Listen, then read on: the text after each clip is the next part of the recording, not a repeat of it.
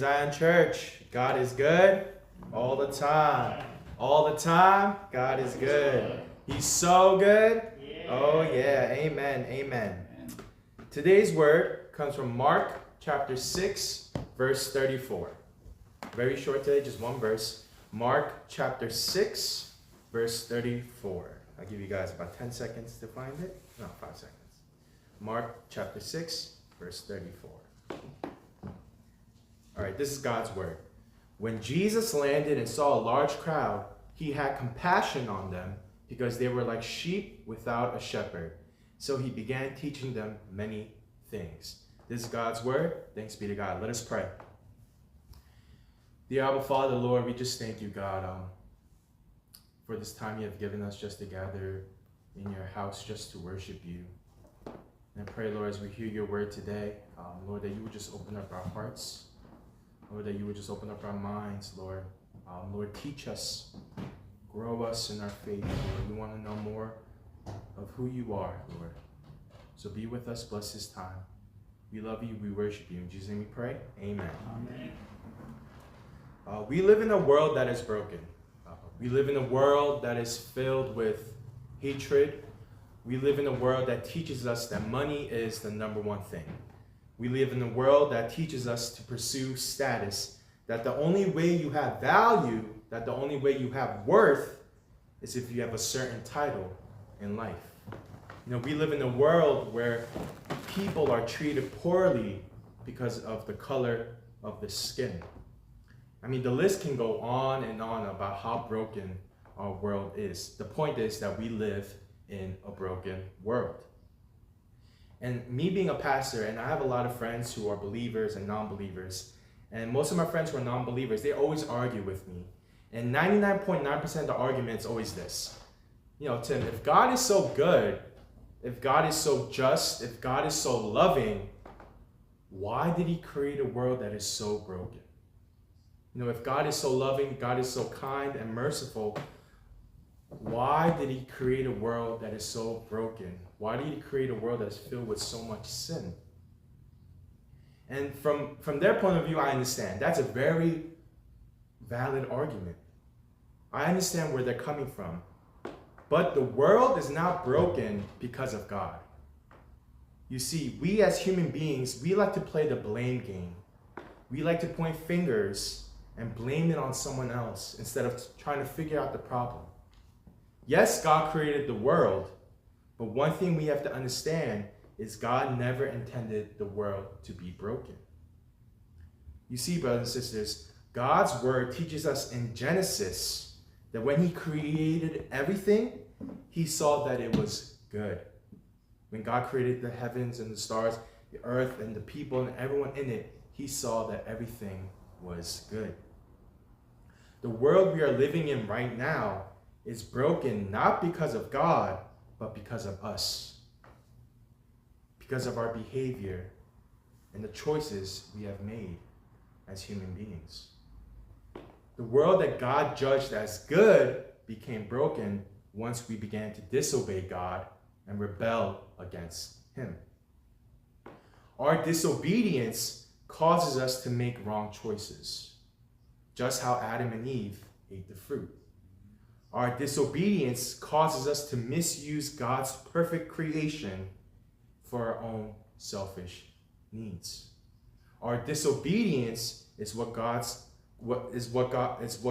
God's good creation to be broken. When God created everything, God saw that it was good. It was perfect. But once we started to disobey God, once we started rebelling against God, that's when God's perfect creation became broken.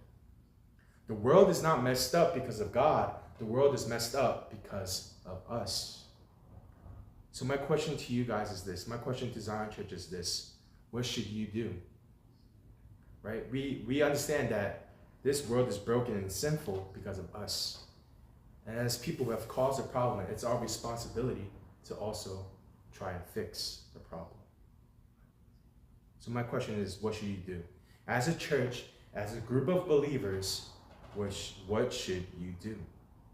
I want us to turn to Matthew 5. We don't have to turn, I'll read it for us. But Matthew 5, it says this, and it's Jesus speaking. It says this, that you are the salt of the world, and you are the light of the world. This means that God gave us a calling. The calling is to heal the broken world. And how do we bring healing? By showing the world that Jesus is the greatest healer. A question you may say is this, Pastor Tim, how can we show people Jesus if we can't even see him? How can we show the world the greatest healer if he's not physically here? I want us to look back at Matthew 5. It says this, that you are the salt of the world. You are the light of the world. Meaning this. All right, first of all, we have to understand, let's not get it twisted. It doesn't mean that you're Jesus, okay? Because I know some of you are probably thinking, you are the light of the world. And the Bible also says that Jesus is the light of the world. So you equals Jesus. No, it doesn't mean that. But it means that you have the power to show the world who Jesus is.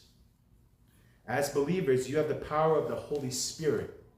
And the Holy Spirit is able to use you to heal the broken world. The Holy Spirit living inside of you is able to show the people around you who Jesus is. As believers, we have the power of the Holy Spirit. Before Jesus ascended to heaven, he gave the gift of the Holy Spirit to his disciples. And those who follow Jesus and those who proclaim that Jesus is their Savior is a disciple. And as a disciple, you have the power of the Holy Spirit.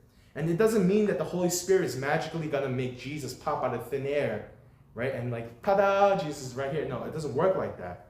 But the Holy Spirit gives you a new perspective. The Holy Spirit lets you see out of the eyes of Jesus. And that is the sermon title today, Eyes Like Jesus. I love the verse that we read today, Mark chapter 6, verse 34. It's very short, and it's a verse that doesn't really have a lot of substance. But it's a verse that teaches us what we really need to help heal this broken world. Mark chapter 6:34 is the verse right before Jesus feeds the 5,000. And I'm pretty sure you guys all know the story of Jesus and the bread and the fish and the 5,000, Jesus feeding the 5,000. It's a story that we all heard. It's a story that we all probably remember a lot because it's one of Jesus' craziest miracles, right? And a lot of scholars and a lot of pastors say that the reason why Jesus multiplied the bread and fish is to show the world his miracle.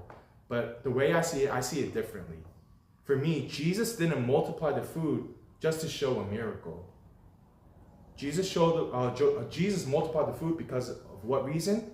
I want us to look back at today's verse. It says this, that Jesus saw the large crowd and had compassion on them. The key word is compassion. Jesus saw the people and had compassion. Jesus was moved with compassion. Jesus saw that the large crowd of people were hungry. And he multiplied the food simply just to feed them. Jesus saw that they were hungry, and out of compassion, he performs the miracle to feed the 5,000. Compassion is the key word. Right off the bat, when Jesus saw the large crowd, he instantly was moved with compassion. And we need eyes like Jesus. It starts with the way you look at people. My question is, are you a believer who looks at people with compassion? Are you a believer who looks at the needs of others before your own? That's what compassion is. Compassion is seeing the needs of others before your own needs. Compassion is what causes your heart to ache for those who are lost and broken. Compassion is what brings healing. Compassion is what brings mercy. Compassion is what brings love. Compassion is what brings forgiveness. It was compassion that brought Jesus to the cross. Amen? God saw our suffering. God saw that us living in sin is not good for us. That us living in sin, that we're ultimately going to die. And out of compassion, Jesus gave his life on the cross on our behalf. Jesus had eyes of compassion, and we need to have the same set of eyes. It's your compassion as a believer that's going to tell the world who Jesus is. Brothers and sisters, before Jesus ascended to heaven, he gave us a commandment. The greatest commission is to what? Is to preach the gospel wherever we go. Right? And sometimes when we go to different places, we just can't flat out say that Jesus is the Savior. Right? If we just blatantly go to a random place and, hey, Jesus is the Savior, most likely you're going to be laughed at. If you go to an indigenous place, most likely you might be killed. Right? We just can't blatantly go and say that Jesus is our Savior, right? And Jesus knows that. That's what he says in John, that everyone will know that you are my disciple by the way you love. Jesus says in John that everyone will know that you are my disciple by the way you show compassion to one another. Compassion is what leads people to change. And we need more believers who view the world with compassion. But sadly, the way I see it, we live in a world that is filled with believers who do not have compassion. The dictionary definition of compassion is sympathetic pity, concern for the sufferings or the misfortunes of others. Are you a believer who has concerns for the sufferings of others? Do you care when other people are suffering? Compassion does not judge. Compassion does not look at culture. Compassion is something that looks beyond culture. Compassion is something that looks beyond race. Compassion is something that looks beyond skin color. Compassion looks at the heart. And I'm not trying to get political, but I'm going to be a human being. And it's crazy how, when I talk about these things, it's crazy how people always want to bring politics into this, but it's not about politics. It's about being a human being. It's about having compassion for other human beings. And my question is this: do you have compassion for the Black community? Or any other community that is facing racism? Do you have compassion for those communities? And right now it's our Black brothers and sisters who are facing that type of racism. It's been going on for the past 400 years. Do you have compassion for the Black community? Do you have compassion for the Black people in America who are being treated poorly and are oppressed by racism? Like I said earlier, compassion is something that does not judge. Compassion is something that looks beyond culture. Compassion is something that looks beyond race. Compassion is something that looks beyond skin color. Compassion is saying that, hey, you and I, we're the same people. We're not different just because you have a different skin color, but we're the same. Why? Because we're human beings. And what you feeling, you have a heart, I have a heart. You have emotions, I have emotions. You have feelings, I have feelings. That's what compassion is. Compassion looks beyond everything that's on the outside and it looks on the inside. It says, hey, you're a human being. And that's what Jesus is trying to teach us. Right? When Jesus saw the people and he saw their needs, he was moved by compassion. Jesus took their sufferings and put it as his own. Even when Jesus raised Lazarus from the dead, he did it out of compassion. Right? It says that Jesus wept. It's the shortest verse in the Bible. It shows where Jesus actually cried. He cried for his friend Lazarus. Why? Because he was sad that Lazarus died. He saw that the family were upset and suffering. He saw their tears, and Jesus was moved with compassion. And out of compassion, Jesus rose Lazarus from the dead. And brothers and sisters, we have to move like Jesus. We have to act like Jesus. I'm not saying that you have to go and start raising people from the dead, because you don't have that power, right? You don't. You don't. But you do have the power of the Holy Spirit. And the power of the Holy Spirit is able to move in the life of others. And it's our, I don't want to say responsibility, but as believers, I believe that it's something that we need to take hold of. And we have to understand, and we have to actually examine our own heart and say, am I a believer who actually has compassion for those who look different from me? Do I have compassion for those who have different experiences than me? Do I have compassion for those who who are from a different culture than me. It's about looking with the eyes like Jesus, the eyes that Jesus has. Right? Jesus doesn't look at skin color, he doesn't look at the race, but he looks at the heart. Right? And ultimately, in the end of the day, even though we have different skin color than everyone else, we may be built different, we eat the different food, we have different culture, and at the end of the day, we're all the same in God's eyes. We were all created in God's image. That's what binds us together. We may be different on the outside, but on the inside, we were made in God's image. And the Black community, even though we don't know them, those are our brothers and sisters who are suffering. See, Jesus doesn't know the 5,000, right? He doesn't know the 5,000. But still, Jesus was moved with compassion. And as believers, we have to be moved with compassion. Like I said, compassion is what leads to mercy. Compassion is what leads to forgiveness. Compassion is what leads people to Jesus. And that's our ultimate goal as believers, is to lead these broken and suffering people to the greatest healer, which is Jesus. Jesus said it, that he had compassion over those large crowd. Why? Because they looked like sheep without shepherds. And brothers and sisters, we have to understand that we have people around us who are like sheep without shepherds. And it's very selfish for us to keep God to ourselves and not share who God is to the people around us. So I pray, and my prayer for our church is that we become a church who moves on compassion. That we become the body of Christ who's filled with so much compassion that we're willing to help those who are suffering. Right? And I think it starts by being aware of what's going on.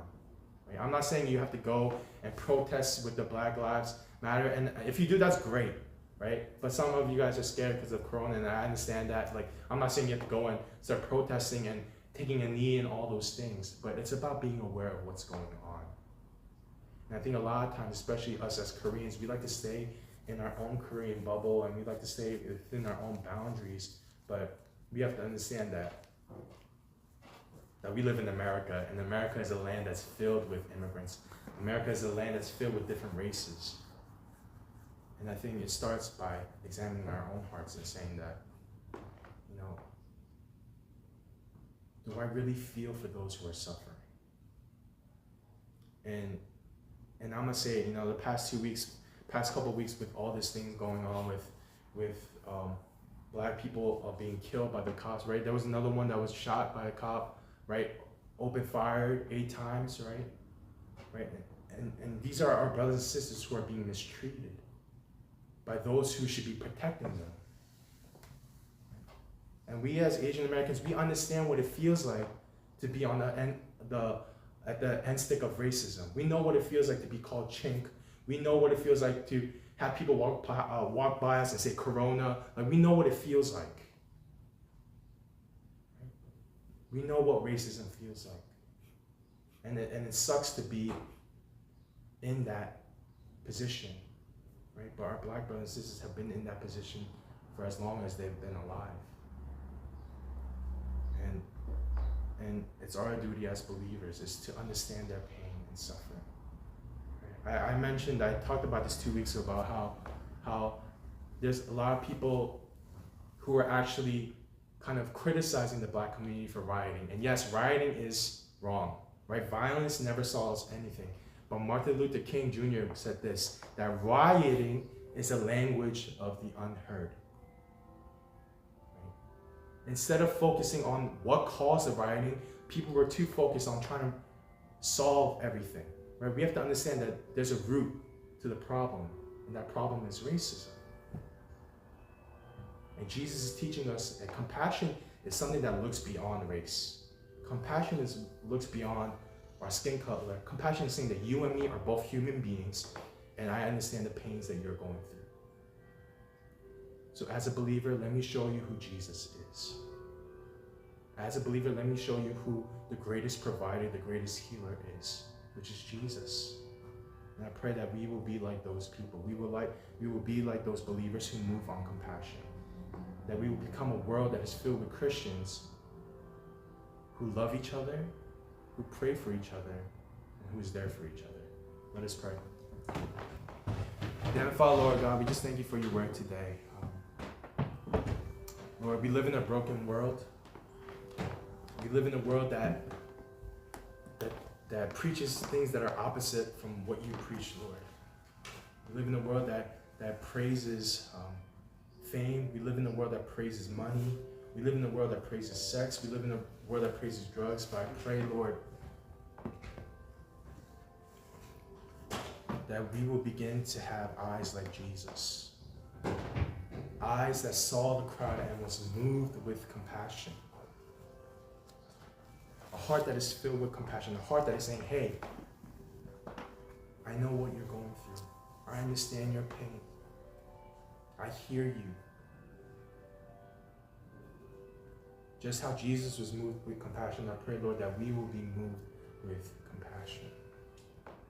It's compassion that leads forgiveness. It's compassion that leads change. It's compassion that leads grace, that leads to grace. It's compassion that led your son Jesus to die on our behalf. So I pray, Holy Spirit, that you will give us eyes like Jesus to see people, and instead of seeing their experiences, instead of seeing their skin color and their cultures, Lord, that we will see their heart and say, hey, you're a human being. I'm a human being too. You and I are the same. I may be Asian, you may be white. I may be Asian, you may be black, but we are the same. We are both human beings. So Father, give us a heart of compassion. Lord, we love you, we worship you, we praise you. In Jesus' name we pray, amen. Amen.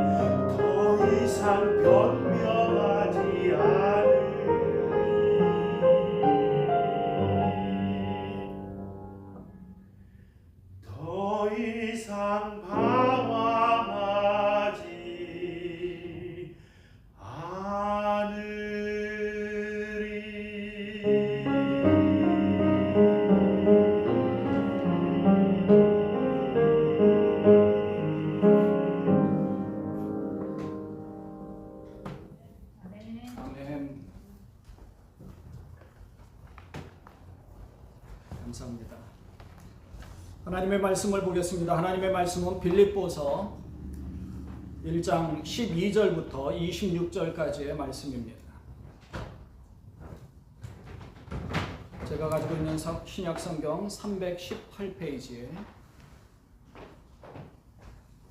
빌립보서 1장 12절부터 26절까지의 말씀을 봉독을 하겠습니다. 형제들아, 내가 당한 일이 도리어 복음 전파의 진전이 된 줄을 너희가 알기를 원하노라. 이러므로 나의 매임이 그리스도 안에서 모든 시위대 안과 그 밖의 모든 사람에게 나타났으니 형제 중 다수가 나의 매임으로 말미암아 주 안에서 신뢰함으로 겁없이 하나님의 말씀을 더욱 담대히 전하게 되었느니라. 어떤 이들은 투기와 분쟁으로, 어떤 이들은 착한 뜻으로 그리스도를 전파하나니 이들은 내가 복음을 변증하기 위하여 세우심을 받은 줄 알고 사랑으로 하나 그들은 나의 매임에 괴로움을 더하게 할 줄로 생각하여 순수하지 못하게 다툼으로 그리스도를 전파하느니라.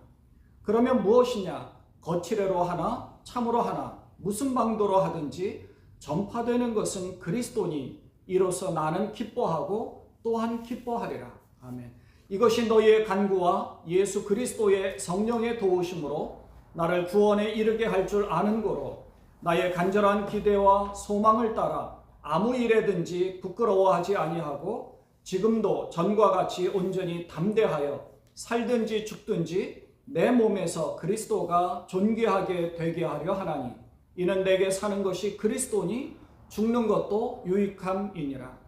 그러나 만일 육신으로 사는 이것이 내 일의 열매일진데 무엇을 택해야 하는지 나는 알지 못하노라. 내가 그 둘 사이에 끼었으니 차라리 세상을 떠나서 그리스도와 함께 있는 것이 훨씬 더 좋은 일이라. 그렇게 하고 싶으나 내가 육신으로 있는 것이 너희를 위하여 더 유익하리라. 내가 살 것과 너희 믿음의 진보와 기쁨을 위하여 너희 무리와 함께 거할 이것을 확실히 아노니 내가 다시 너희와 함께 있으므로 같이 있으므로 그리스도 예수 안에서 너희 자랑이 나로 말미암아 풍성하게 하려 함이라. 아멘. 반갑습니다. 우리 권사님, 집사님 오랜만에 또 이렇게 오셔가지고 함께 예배하게 돼서 얼마나 감사한지 모릅니다. 이렇게 일정하게 거리를 두시고 이렇게 앉으셔서 예배하시고 조심하시면 참 좋을 것 같습니다. 지금은 정말 저희 인생의 가장 큰 어려운 시기를 보내고 있습니다. 지금의 상황이 별로 좋지 않고 미래가 정말 활짝 펼쳐져 있다, 너무 좋다 이럴 분은 아마 온 세계에 아무도 없을 것입니다. 사람들마다 처한 환경과 처지와 상황이 다 다르지만 전 세계가 긴장하고 있는 이 팬데믹은 우리의 앞날을 아직도 참 암울하게 만들고 조심스러운 상황을 생각하게 합니다. 지금 우리가 살고 있는 미국도 사실 코로나 바이러스의 확산이 좀 줄어들었지만 전면적으로 락다운한 것을 오픈한 주는 사실 새롭게 또 확진자가 늘어나는 상황을 보면 자유롭게 다니기는 사실 어려운 상황입니다. 많은 사람들이 정부 지원을 받으면 그나마 좀 괜찮지만 정부 지원을 받지 못하는 사람들은 사실 굉장히 어려운 상황에 처한 것은 사실입니다. 우리뿐만 아니라 저희가 기도하고 있는 멕시코도 정부 지원을 많이 못 받으니까 굉장히 어렵다라는 호소를 하기도 합니다. 그래서 많은 중보 기도가 필요하다고 부탁을 하기도 합니다. 정말 이런 상황은 저희가 볼 때 낙심되기가 쉽고 시리에 빠질 때도 있습니다. 참 암울하니까 참 어떻게 해야 되나 그렇게 생각될 때도 있죠. 그런데 성경에 대표적으로 이런 상황에 처했던 사람이 사실 한 사람이 있는데요. 여러분 잘 아는 요셉이 그렇습니다. 암울한 상황이 굉장히 많이 있었어요. 구덩이에 빠져 죽을 뻔한 상황이었죠. 형들에게 미움을 받으면서 생활하는 것도 그렇고요. 구덩이에 빠져서 죽을 뻔한 상황에 처해 있고요. 그러다가 멀리 아라비아 상인들이 지나가는 것을 보고 아라비아 상인들에게 노예로 팔려갑니다. 얼마나 그 마음이 무거웠겠습니까? 어쩌다가 보니 애굽의 보디발 장군의 집에서 일 잘하는 사람으로 인정받아서 그래도 좀 이제 좀 열심히 일을 하면 되겠다라고 생각을 했는데 억울한 누명을 써서 또 감옥에 들어가게 되지 않았습니까? 억울한 상황에 아마 우리 같으면 이를 바득바득 깔면서 이런 상황에 처하게 된 형들을 미워했을지도 모릅니다. 그런데 하나님을 원망하지도 않았고 형들을 미워하지도 않았고 자기를 이렇게 만든 형들에게 복수심을 키운 것이 아니라 하나님의 뜻이 뭔가 있겠지라고 분명히 생각하고 있었다는 겁니다. 형들을 만났을 때 오히려 이렇게 얘기하잖아요. 당신들은 나를 해하려 하였으나 하나님은 그것을 선으로 바꾸사 오늘과 같이 많은 백성의 생명을 구원하게 하시려 하셨다라고 고백하는 겁니다. 오히려 형들은 자기들이 미워하고 요셉을 그렇게 내쫓았을 때 형들은 이 요셉이 자기들에게 복수하지 않을까 그렇게 걱정을 했었는데 그걸 바꾸고 생각을 했던 것이죠. 요셉은 그렇게 생각한 겁니다. 오히려 하나님께서 야곱의 족속을 기근으로부터 구해 주시려고 자기를 그런 상황으로 오히려 만드셨다. 그런 상황 가운데서 자기를 항상 붙잡아 주시고 어떤 상황 가운데서 구렁텅이에 빠지고 낭떠러지에 떨어질 상황이 있다 하더라도 하나님께서 붙잡아 주셨다는 사실을 확신하고 있었다는 것이죠. 우리 상황이 사실 그렇습니다. 굉장히 어려운 상황이죠. 낭떠러지에 몰린 그런 상황에 처해 있습니다. 시리에 빠질 수도 있고요. 절망과 좌절과 참 이렇게 정말 살아가기에 희망이 있을까라는 생각이 들기도 합니다. 그러나 그런 상황 가운데서 하나님이 지켜주심이 분명히 있다는 사실을 우리가 고백하게 되는 것입니다. 우리 집사님들 중에 어떤 분도 그렇게 말씀하신 적이 있는데요. 우리 지방의 어느 목사님께서 그 사모님이 이런 상황이 자기 때문에 이렇게 됐다고 회개했답니다.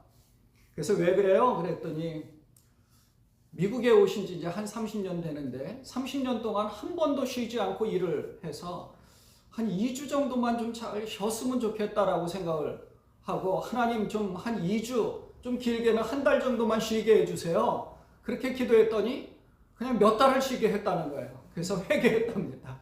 자기 때문에 온 세계 사람들이 고통을 당해서 우리 칼 집사님도 그렇게 고백을 하셨죠.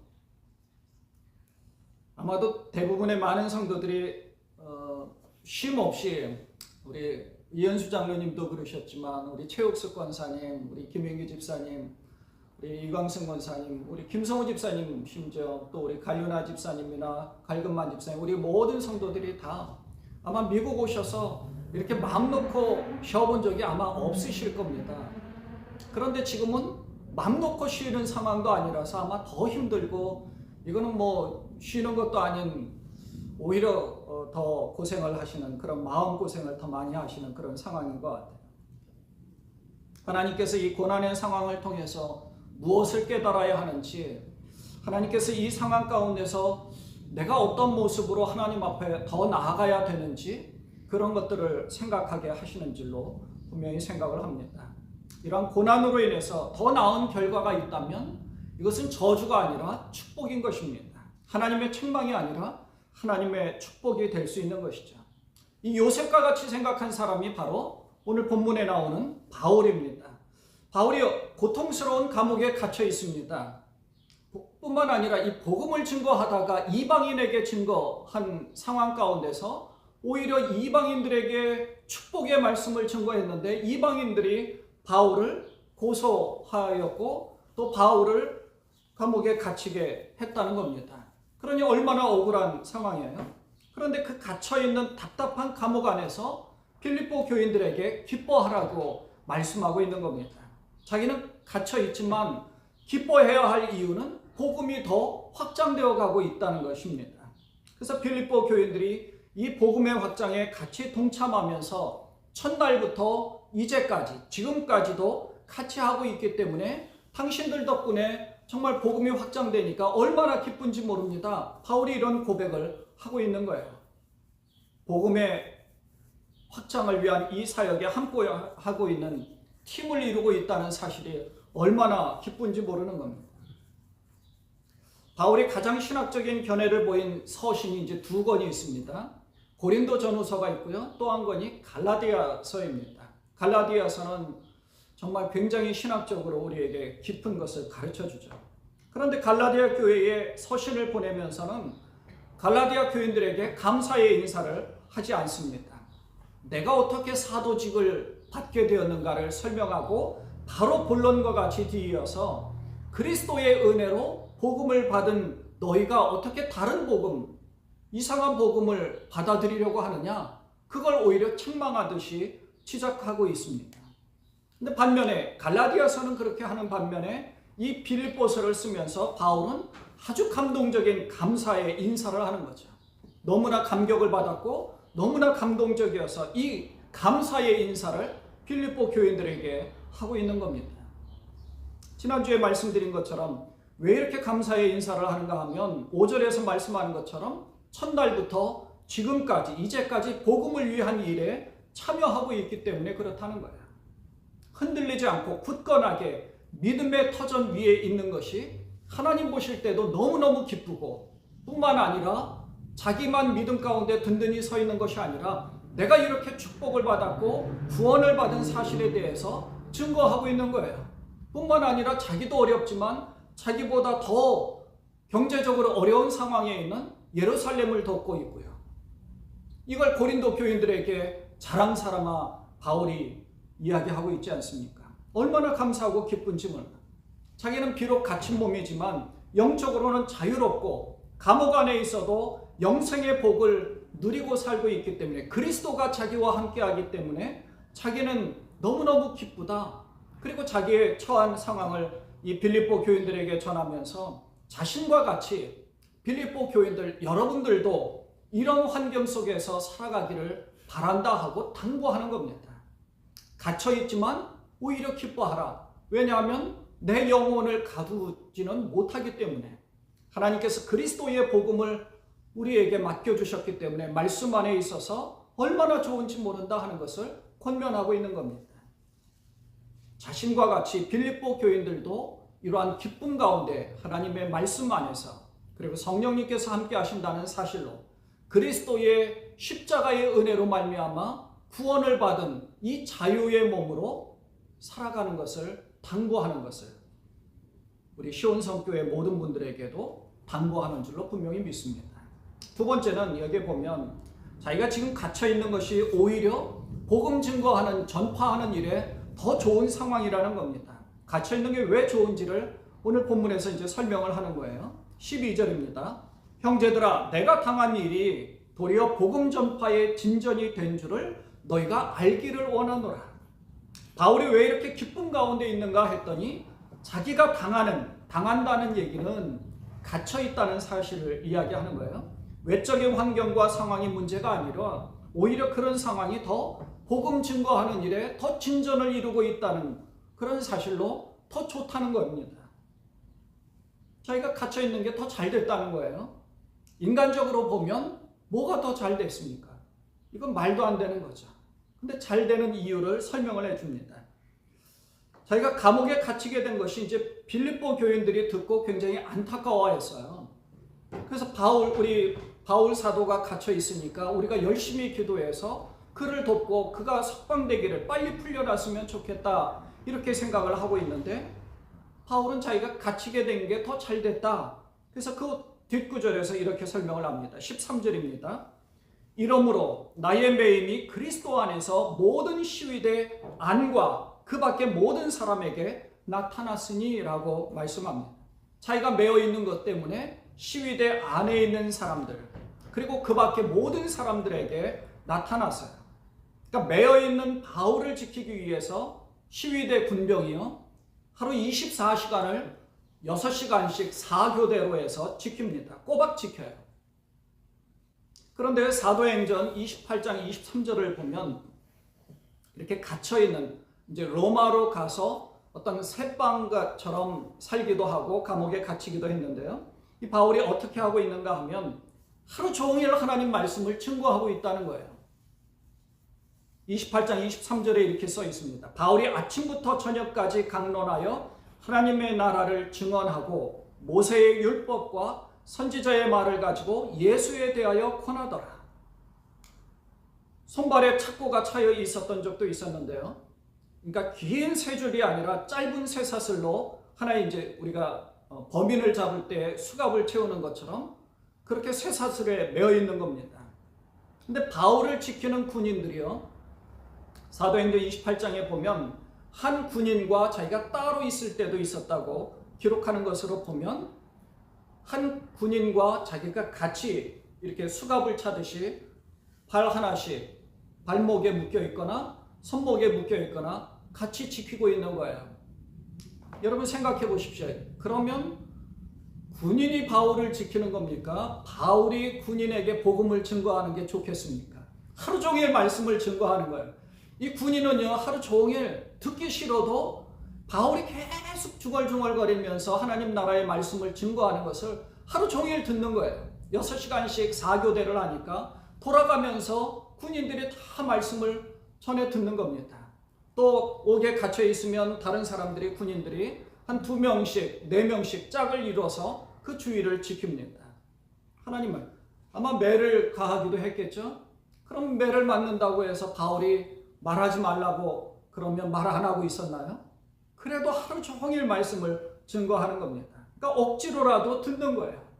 믿음은 들음에서 나는 겁니다. 그래서 교회 당시에 로마의 군인들이 그리스도인이 많아졌다고 합니다. 교회 사가들에 의하면. 그러니까 하나님 말씀을 계속 전해 듣다 보니까 이들이 정말 그런가? 그리고 점점 그 속에서 믿음의 싹이 생기기 시작을 한 것입니다. 그러니까 얼마나 좋아요. 바울로서는 누군가에게 말씀을 증거하러 가야 되는데 그 사람들이 오는 거예요. 그래서 말씀을 증거할 때에 이 사람들이 듣기 싫다 하고 나가버리는 것이 아니라 매여 있으니까 나갈 수도 없는 상황입니다. 꼼짝없이 듣는 거죠. 또 어떤 일이 발생했는가 하니까 자기가 감옥에 있는 동안에 자기 말고 다른 형제들이 더 전도하는 일에 힘쓰고 있다는 겁니다. 14절입니다. 형제 중 다수가 나의 매임으로 말미암아 주 안에서 신뢰함으로 겁없이 하나님의 말씀을 더욱 담대히 전하게 되었느니라. 자기 말고 빌립보 교인들이나 혹은 그 밖에 있는 사람, 시위대 밖에 있는 사람들이 바울이 갇혀 있으니까 하나님의 말씀을 증거할 분이 없으니 나라도 해야 되겠다 하고 나서는 사람들이 많이 있었다는 겁니다. 담대히 말씀을 전했다라고 기록하고 있죠. 그러니까 바울이 자기가 갇히게 된 것으로 인해서 자기는 그 시위대 안에서 로마 군인들에게 말씀을 증거하고 있고 또 유대인들이 이 바울을 재판하기 위해서 이렇게 몰려오면 그 사람들에게 또 말씀을 증거할 수 있었고요. 그 밖에 자기와 함께하지 못하는 다른 사람들, 그 시위대 밖에 있는 사람들은 하나님 나라의 말씀을 담대히 증거하고 있다는 사실로 인해서 너무너무 감사하다는 겁니다. 그러니까 복음 전파에 대한 하나의 목표를 가지고 있다 보니까 자기의 상황에 대해서는 크게 개의치 않고 오히려 긍정적으로 생각하게 되었다는 겁니다. 여러분, 우리가 긍정적으로 생각할 수도 있고 부정적인 생각을 할 수도 있습니다. 모든 면에서 어떤 사고방식을 갖느냐에 따라 그 사람의 인격이 형성되기도 하죠. 사고를 당하기도 하고요. 죽을 병에 걸리기도 합니다. 죽을 만큼 아프고 상처를 당할 때도 있습니다. 충격을 받을 때도 있죠. 큰 위기를 맞이할 때가 있습니다. 그런데 이런 아픔은 당시에는 죽을 만큼 큰 고통이 있고 좌절과 상심이 커서 아무것도 할 수 없는 그런 시리에 빠지기가 쉽습니다. 억울함에 충격이 커서 일어나기도 참 쉽지 않은 그런 상황에 처할 때도 있죠. 다시 일어나는 데는 사실 참 시간이 오래 걸리기도 합니다. 그러나 여러분 다 경험해 보셨지만 뒤돌아보면 그때 하나님께서 나를 지켜주셨구나. 그때 하나님이 나를 내 손을 놓지 않으셨구나. 아마 그런 고백을 많이 하실 겁니다. 제가 신학교 강의를 갔더니 마침 우리 김혜숙 권사님도 수유여중 출신인데 다니다가 이제 미국을 오셨지만 수유여중을 졸업한 저보다 몇 년 위 선배 되시는 분인데 지금 권사님이에요. 어느 저 버겐 카운티에. 이분이 이제 암에 걸려서 또 거의 죽기 직전까지 가셨는데 하나님께서 자기를 또 기적적으로 살려주셨다는 거예요. 그래서 이제 신학교로 이제 오셨는데 자기는 처음에는 충격이 커서 그 상심을 이루 말로 다 할 수 없을 정도로 왜 하나님이 자기가 그래도 성실하게 잘 살아왔다고 생각을 했는데 왜 내게 이런 형벌을 주셨는가 이렇게 생각을 했답니다. 뒤돌아보니까 그게 형벌이 아니라 자기로 하여금 더 자고하지 않게 겸손하게 하나님 앞에 나아갈 수 있는 힘을 주셨고 더 찬양을 많이 주셨다는 것을 고백하게 되었다라고 증거하시더라고요.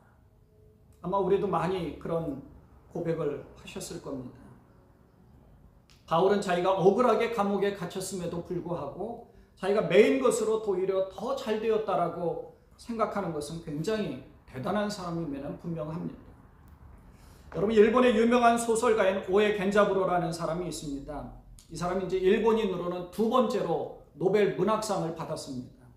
한국은 아직도 캔디데이트는 있었지만 한 번도 받지 못했죠. 그런데 이 오에 겐자부로가 책을 쓰기 전에 말할 수 없는 큰 아픔을 또 겪게 되었거든요. 아들을 낳았는데 이 아들이 뇌성 장애가 있어서 자폐증으로 고생을 했습니다. 이 아들을 어떻게 해야 되지? 그래서 이분이 쓴 책 중에는 이제 아들을 낳았는데 이 아들을 안락사시키려고 고민하는 그런 주인공이 고민하는 그런 책도 있었던 것을 봅니다. 굉장히 상심의 시간을 보내다가 이 아들도 자기의 아들이라고 하나님께서 자기에게 보냈다라고 생각을 해서 긴 고통의 시간을 보냈지만 이 아들을 통해서 자기가 느끼고 배운 바가 너무 많이 있었다는 겁니다. 나중에 노벨 문학상을 수상하면서 그 소감으로 말하기를 자기의 인생 가운데서 가장 큰 위기가 있었는데 그 위기 가운데서 오히려 더 깊은 문학적인 작품을 쓸 수 있었던 배경에는 이 아들이 자기에게는 스승이었다. 자기는 자기의 문학에 더 신비와 깊이를 더하게 된 것은 이 아들 때문이었다라고 고백을 했다는 겁니다. 이 아들이 이제 뇌 장애가 있었지만 음악적으로는 절대음감이 있어서 음악가로 이제 활동을 하고 있다는 거예요. 우리가 잘 아는 어느 목사님도 자녀로 인해서 굉장히 이런 아픔을 겪기도 했었습니다. 그런데 이 자녀로 인해서 하나님의 축복하심과 하나님의 사랑을 정말 많이 경험한다고 지금이 너무 좋다. 하나님께서 자기에게 축복의 선물을 주셨다. 이렇게 고백하시는 목사님도 계시고요. 지난번에 우리 신태훈 선교사님 오셔서 같은 고백으로 간증하시면서 하나님의 축복이라고 굉장히 긍정적으로 생각을 하셨죠. 우리가 잘 아는 루이 파스테르가 있습니다. 프랑스의 화학자고 세균 연구에 그래서 예방접종으로 큰 업적을 남겼죠. 이 파스테르 연구하면서 저온살균이나 이제 백신으로 큰 공을 세운 분인데요. 연구를 하다가 자기의 몸이 거의 반신불수가 되었답니다. 그렇지 않겠어요? 자기 세균을 연구하다 보니 자기도 그런 거에 많이 치명타를 받기도 했겠죠. 나중에 연구를 하다가 자기의 몸이 그렇게 되었는데 나중에 고백하기를 오히려 자기가 이런 신체 장애가 이 연구를 하는데 큰 힘이 되었다라고 고백을 했다는 것입니다. 자기 연약함으로 인해서 더 귀한 열매를 이루어 나간 것이죠.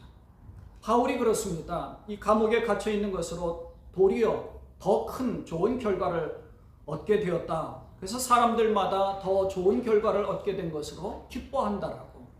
아마 우리들에게도 지금의 상황이 굉장히 아픔이 있고 고난 가운데 있지만 그러나 하나님께서 우리가 이 기회를 통해서 하나님 앞에 더 가까이 나가기를 원하는 마음들을 하나님께서 바울을 통해서 말씀하시는지도 모릅니다. 그런데 이 말씀을 증거하는데 어떤 사람들은 정말 바울을 힘들게 할 목적으로 순수하지 못한 모습으로 말씀을 증거하기도 한답니다. 또 어떤 사람들은 착한 뜻으로 그리스도를 증거하는데요. 바울은 그래서 15절에서 이렇게 말씀합니다.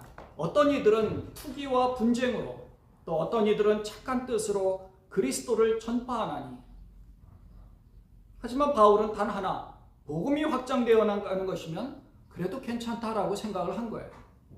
18절입니다. 그러면 무엇이냐? 거칠애로 하나 참으로 하나 무슨 방도로 하든지 전파되는 것은 그리스도니 이로써 나는 기뻐하고 또한 기뻐하리라. 그러니까 바울은 참 대단한 사람이에요. 자기가 기뻐하는 이유는 오직 한 가지, 복음이 증거되는 자기 목숨을 내놓고 있다는 겁니다. 그리스도가 전파되는 것에 대해서 기뻐하고 또 기뻐한다. 20절에 보면 나의 간절한 기대와 소망을 따라 아무 일에든지 부끄러워하지 아니하고 지금도 전과 같이 온전히 담대하여 살든지 죽든지 내 몸에서 그리스도가 존귀하게 되게 하려 하나니. 내 몸에서 그리스도가 존귀 여김을 받기 원한다는 것입니다. 그래서 바울이 이것을 위해서 이는 내게 사는 것이 그리스도니 죽는 것도 유익함이라고 고백을 합니다. 바울의 간절한 소망이 있다면 오직 한 가지, 그리스도가 자기 몸에서 존귀 여김을 받게 되는 것인데, 그것이 무엇이냐 하면 자기를 통해서 혹은 여러분 모두를 통해서 그리스도가 증거되어지기를 원하는 것입니다. 복음의 확장을 위해서. 그래서 자기가 죽는 것, 바울의 입장에서는요, 지금 자기가 죽는 것이 오히려 더 좋다라고 생각을 했습니다. 고통스러워서 죽음을 맞이하고 싶은 것이 아닙니다. 너무 힘들다, 차라리 죽었으면 좋겠다, 이것이 아니라 그리스도와 빨리 자기의 육신의 장막을 떠나서 그리스도와 더불어서 하나님의 영광의 나라를 가보고 싶은 마음이 얼마나 많이 있었는지 몰라요. 어쩌면 성경은 그렇게 기록하고 있지는 않지만 어쩌면 이 스데반을 돌로 쳐서 죽이를 그 상황에 이 옷이 불편하니까 그 옷을 벗고 유대인들이 돌로 쳐서 죽이잖아요. 그 옷을 지킨 사람이 이 사울이라는 청년이었습니다. 바울. 근데 스데반이 죽을 때 어떻게 해요? 하늘의 영광을 바라보았습니다. 주 예수여, 내 영혼을 주님 앞에 드립니다 하고 주의 영광을 바라보았습니다. 그리고 이 죄를 저들에게 돌리지 마옵소서라고 기도하는 것도 보았습니다. 아마도 그 생각이 났을 거예요. 하늘의 영광을 자기도 바라보았을 것입니다. 그리스도가 자기와 함께 하고 있는데 그리스도와 함께 거하는 그 영광의 그러한 모습을 상상을 해보니 너무너무 좋은 거예요. 그래서 차라리 죽는 것도 좋겠다, 그렇게 생각을 했습니다. 그렇지만 살아있는 것이 아직도 자기에게 맡겨진 사명이 있다는 것입니다. 22절 이하에 보면 이렇게 써 있어요. 죽어도 좋겠다라고 생각하지만 자기가 살아야 될 목적이 무엇인가를 설명하는데, 그러나 만일 육신으로 사는 이것이 내 일의 열매일진데 무엇을 택해야 하는지 나는 알지 못하노라. 둘 다 좋은 거예요. 죽어도 좋고 살아있어도 좋고. 내가 그 둘 사이에 끼었으니 차라리 세상을 떠나서 그리스도와 함께 있는 것이 훨씬 더 좋은 일이라 그렇게 하고 싶으나 내가 육신으로 있는 것이 너희를 위하여 더 유익하리라. 너희를 위하여 더 유익하기, 이 땅 가운데서 복음을 좀 더 증거하기를 원한 겁니다. 이 세상 가운데 사는 것이. 그래서 바울은 이때 이제 로마의 감옥에서부터 이제 석방이 됩니다.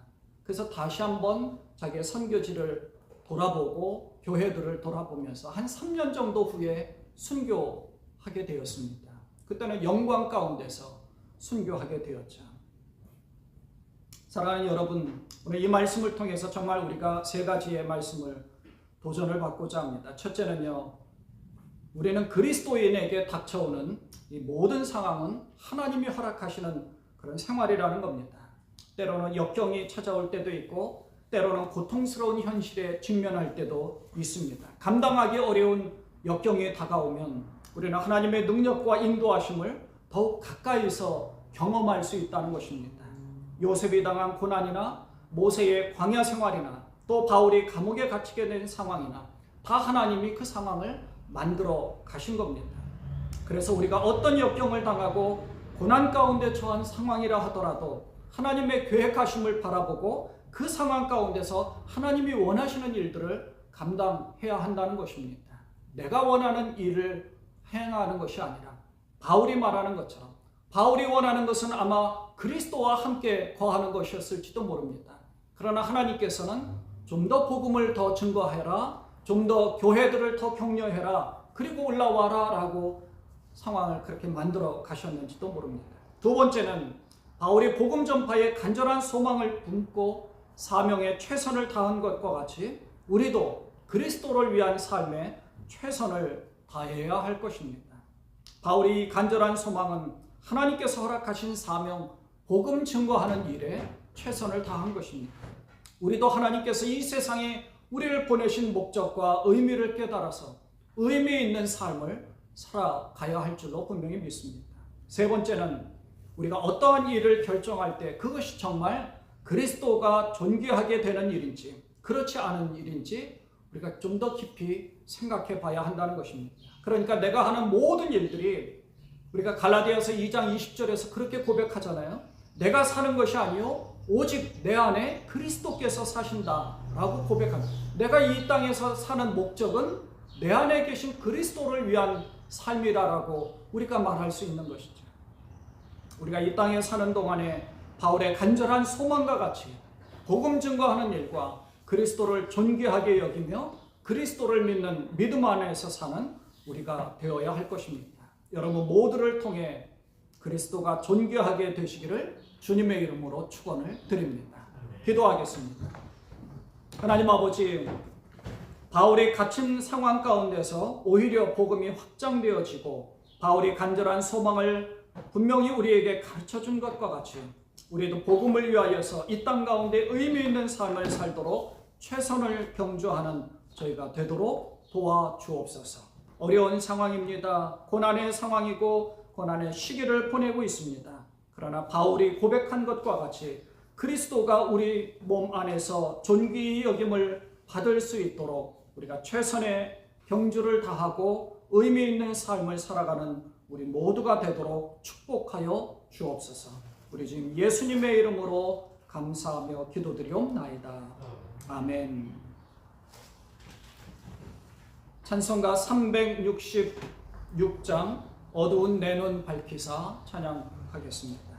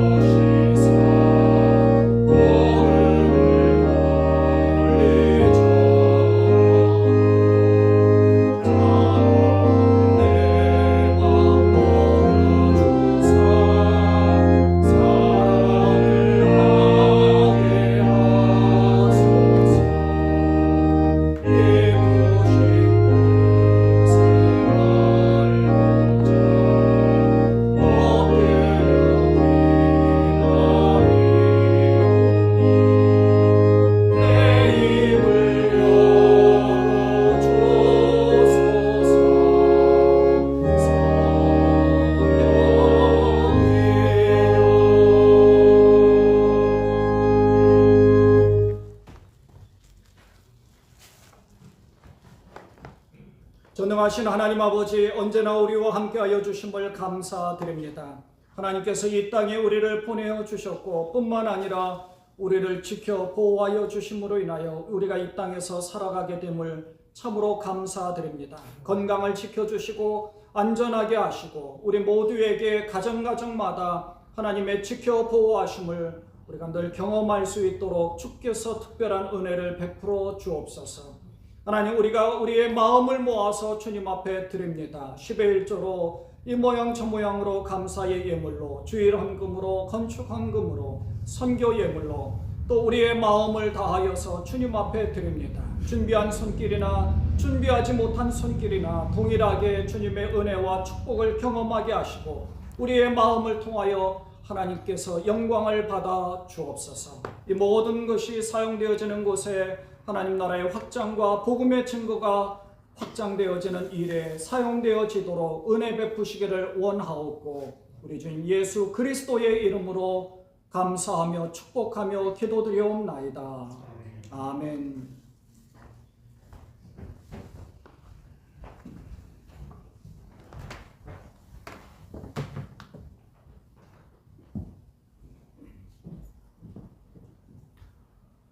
감사합니다. 할렐루야. 우리 많이 이렇게 오셔서 또 예배 같이 하게 돼서 감사드립니다. 오늘은 오순절 후 두 번째 주일로 예배를 드리고 있습니다. 우리 모든 분들에게 주님이 베풀어 주시는 큰 은혜가 함께 하시기를 기원을 드립니다.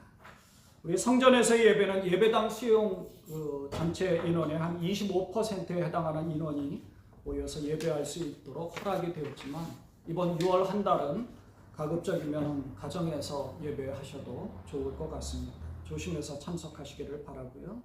예배하실 때 한 시간 내내 그 마스크하고 계셔서 불편하시겠지만 그래도 주의하시면서 또 들어오실 때나 나가실 때는 항상 우리 꼭 손 세정제 잘 하시고요. 우리 일정하게 거리를 두고 이렇게 앉으셔서 예배하셨으면 좋겠습니다.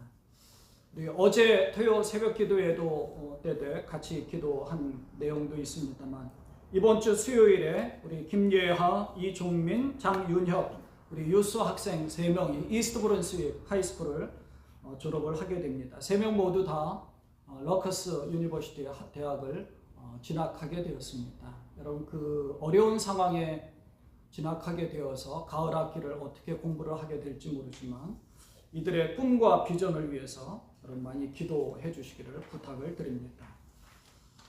암송구절은요, 지난주에 우리 빌립보서 1장 2절의 말씀이었습니다. 같이 한번 암송을 해볼까요? 시작. 하나님 우리 아버지와 주 예수 그리스도로부터 은혜와 평강이 너희에게 있을지어다.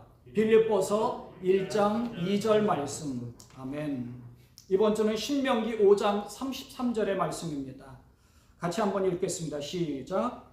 너희 하나님 여호와께서 너희에게 명령하신 모든 도를 행하라. 그리하면 너희가 살 것이요 복이 너희에게 있을 것이며 너희가 차지한 땅에서 너희의 날이 길리라. 신명기 5장 33절 말씀.